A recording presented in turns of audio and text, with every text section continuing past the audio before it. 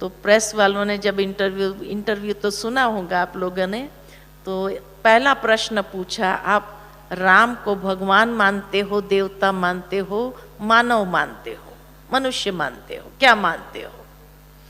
तो मैंने बाबा को याद किया कि मालूम तो था नहीं क्या प्रश्न पूछने वाले हैं, कि जो तैयारी करके जाए।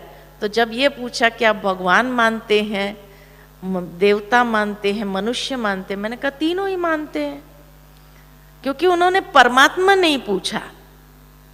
परमात्मा पूछते थे तो हमको थोड़ा दिक्कत होती थी, लेकिन बाबा तो कहते तुम सब मास्टर भगवान हो।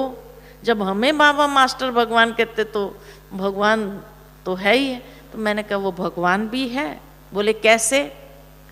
तो याद आया मुझे कि भ माना भूमि, ग माना गगन, व माना वायु, अ माना आकाश और न माना नीर। तो जिसने पांचों तत्व को जीता हो, जो प्रकृति जीत हो, वो भगवान है। फिर कहा कि देव है क्योंकि दैवी गुणों से संपन्न है, दिव्यता संपन्न है, इसलिए देवता भी है। और मनुष्य रूप में जन्म लेकर के मनुष्य को सिखाना चाहा कि जीवन कैसे जीना चाहिए, तो मनुष्य भी है, तो तीनों ही है। तो बड़ा खुश हो गया वो। फिर उसके बाद उसने कहा कि हमने सुना है कि ब्रह्मा कुमारी सनातन धर्म को नहीं मानती है। मैंने कहा ये बैज देखा है? इस बैज के ऊपर कौन दिखाई देता है आपको? लक्ष्मी नारायण है, राधे कृष्ण है, और लक्ष्मी नारायण तो सनातन धर्म का प्रतीक है, राधे कृष्ण तो सनातन धर्म के ही प्रतीक है। तो हमारे जैसा सनातन धर्म वाला कोई नहीं है, क्योंकि हम ये अंदर में मानते हैं कि नर ऐसी करनी करे जो नर नारायण बने, नारी ऐसी करनी करे जो श्री लक्ष्मी बने। तो हमारे जैसा सनातन कोई नहीं है।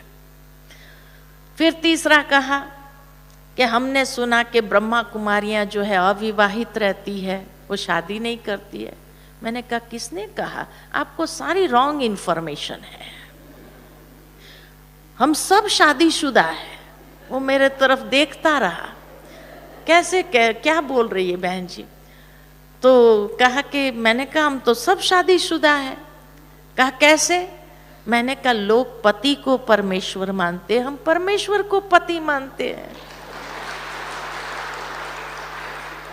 बाबा उस समय ऐसी टचिंग कराता है, मैंने देखा।